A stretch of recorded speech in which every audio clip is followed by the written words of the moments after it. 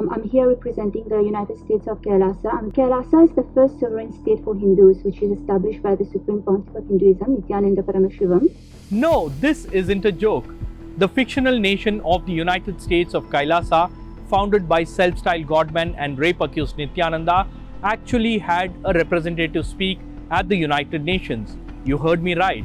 In what can be termed as a mockery of international diplomatic proceedings, Kailasa's permanent representative was given a platform to speak at the 19th United Nations Committee on Economic, Social and Cultural Rights meeting on sustainable development on February 22nd. Nithyananda ran several ashrams in India, and he has been on the run since November 2019 after he was accused of sexual abuse and assault. He fled India and later he surfaced online and claimed to have founded the nation of Kailasa at an unknown location. Nithyananda's follower begins her speech by introducing Kailasa as the first sovereign state for the Hindus and Nithyananda as the Supreme Pontiff for Hinduism. Listen in. This question is about the rights of indigenous people and sustainable development. I'm here representing the United States of Kailasa. I'm the permanent ambassador, Nithyananda. So, Kailasa is the first sovereign state for Hindus, which is established by the Supreme Pontiff of Hinduism, Nithyananda, and who is reviving the enlightened Hindu civilization and its 10,000 indigenous traditions of Hinduism, including the Adi Shaivite indigenous agricultural tribes, for which the Supreme Pontiff of Hinduism is the leader as well.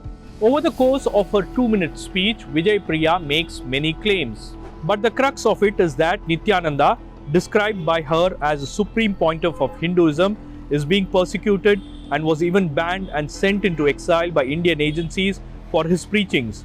She concludes her speech with a question and an appeal. The Supreme Pontiff of Hinduism and Kailasa have gone through intense persecution and human rights violation for reviving the indigenous traditions and lifestyle of Hinduism. And he was even banned from preaching and exiled from his birth country.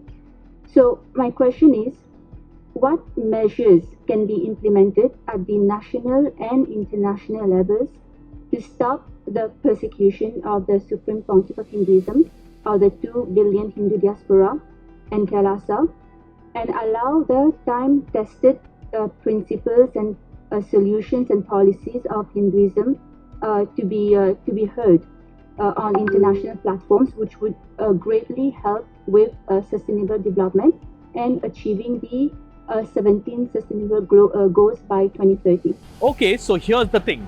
Kailasa is not the member state of the United Nations. Presently, UN has 193 member states and Kailasa is not one among them. Nithyananda's follower participated in the Committee on Economic, Social and Cultural Rights Day of general discussion.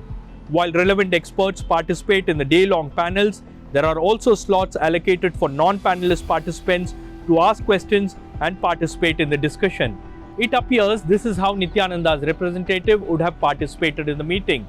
Vijay Priya would have registered prior to the event and she was allowed by the organizers to speak at the meeting. This is not the first time Nithyananda's supporters have attempted to shore up international credibility and legitimacy for Kailasa. They have been actively trying to meet diplomats and other world leaders.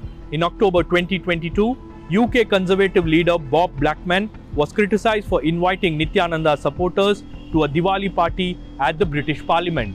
Back in India, meanwhile, Nithyananda's trial in Karnataka, which began in 2018, continues to drag on, while the police are unable to find him or his whereabouts. In another case in Gujarat, the police retracted an Interpol Blue Corner notice to collect more details about Nithyananda. The police plan to write to Interpol to issue a Red Corner notice so Nithyananda may finally be prosecuted for his crimes. But that's never happened. The question is, when will the Indian agencies bring back Nithyananda and make him face trial?